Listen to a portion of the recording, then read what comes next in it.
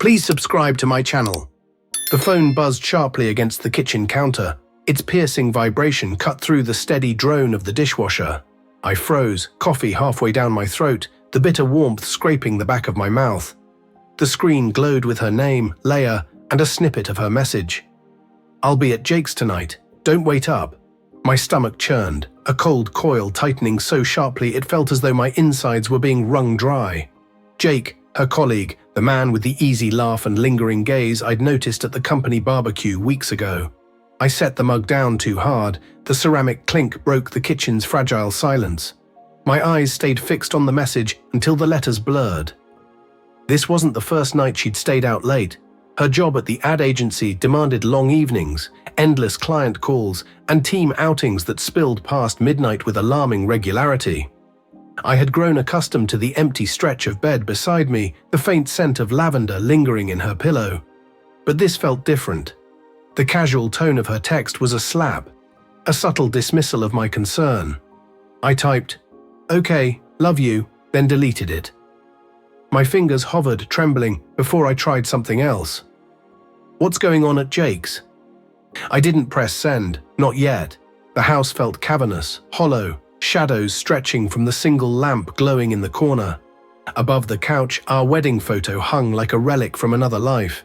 Leia's smile was radiant, my arm around her waist. We had looked untouchable, oblivious to the fractures that would split us 5 years later. My palm pressed to the cold glass of the window as I stared at the empty street. A distant dog barked, echoing my unease. Maybe I was overthinking. Perhaps Jake was truly just a mentor, a friend. But her laughter at his jokes, the brush of her hand against his arm at the barbecue, remained etched in memory. I opened her text again, reading it as though the words might transform into something innocent. They didn't.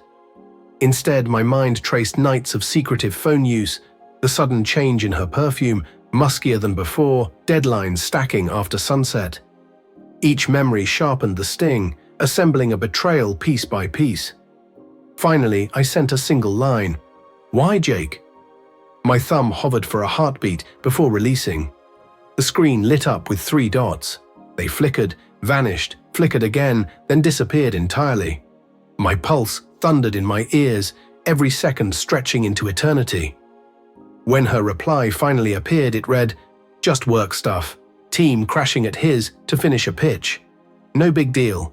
The words were hollow, patronizing, as if I were a child needing reassurance. I wanted to believe her, I desperately did, but something inside me refused to settle. I opened my laptop. The screen glowed harsh in the dim room. I hadn't planned it. My fingers moved on their own, logging into our shared cloud account. My breath came shallow, hands shaking as I scrolled. There it was. A photo from 2 nights prior. Leia and Jake at a bar, her hand on his knee, her smile too intimate, too warm. Neon lights blurred behind them, but the connection between them cut like a blade. My chest tightened. I slammed the laptop shut, the sound booming through the quiet room. My heart hammered so violently I feared my ribs might splinter. I gripped the couch, knuckles white, haunted by mornings tangled in laughter that once belonged solely to me. Were those promises always just fragile illusions? I called her once, twice, straight to voicemail. "This is Leia, leave a message." Her tearful, distant voice mocked me. I hung up, throat raw, pacing the house. The fridge light bathed me in sterile white as I slammed it shut, struggling to breathe. Minutes crawled like hours. Finally, I grabbed my keys and jacket, stepping into the night. The cold bit at my skin as I drove, headlights cutting across empty streets. Jake's apartment loomed sleekly when I parked across the street. 5th floor, one light still glowing behind the glass. Was she inside, laughing, touching him, while I sat outside drowning in suspicion? My fists clenched the wheel, leather groaning under my grip. I wanted confrontation, but fear pinned me. Once you see the truth, there's no turning back. My phone buzzed. "Hey, you okay?" "I'll be home tomorrow morning. Love you." The words were hollow scripts, weightless. My fingers typed on reflex. I saw the photo. "You and Jake at the bar," I sent it. Her reply was immediate. "What photo? What are you talking about?"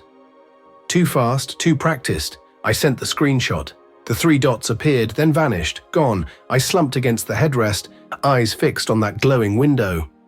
Minutes crawled, then the light blinked out.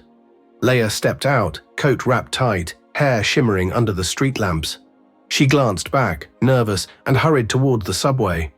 Alone, no Jake, no co-workers, just her moving as if chased by guilt.